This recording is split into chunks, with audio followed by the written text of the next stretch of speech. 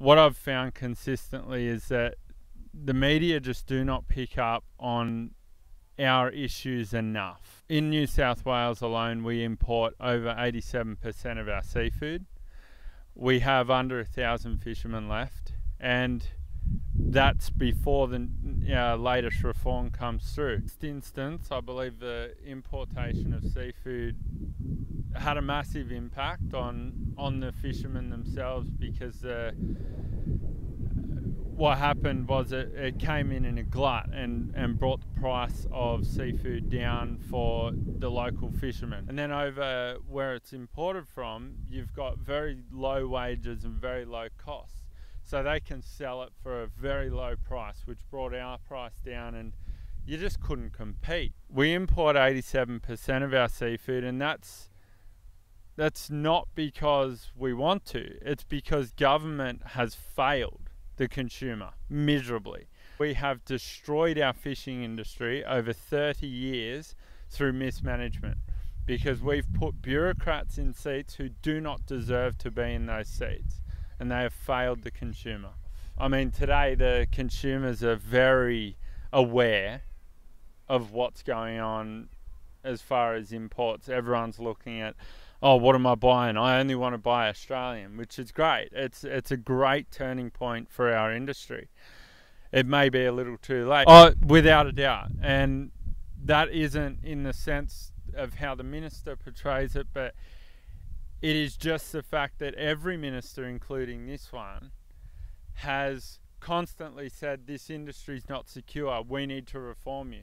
Okay, so what they do is they use propaganda, which is created overseas in unsustainable fisheries, and they use that propaganda.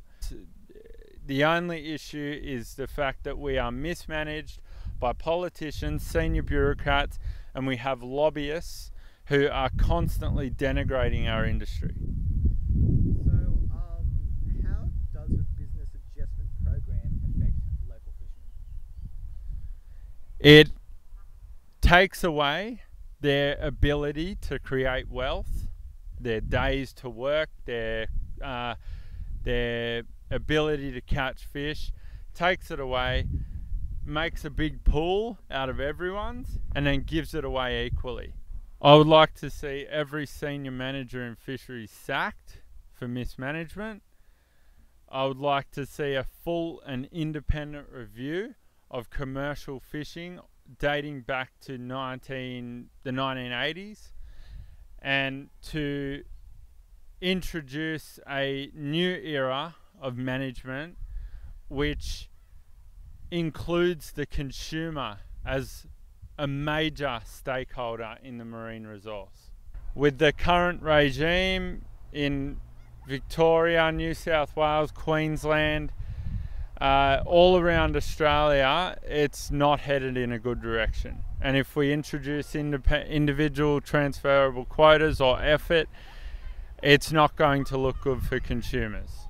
I would say there's not many in this industry who haven't suffered mentally.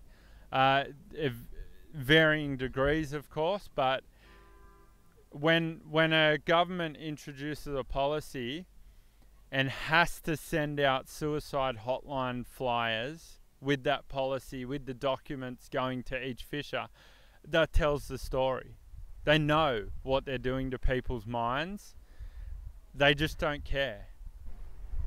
By stopping their changes and by promoting this industry as sustainable, because it is. We satisfy the criteria handed down by the United Nations. We've done our environmental impact studies. We've done our fishery management strategies.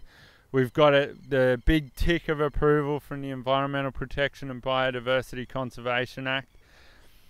They just need to settle down.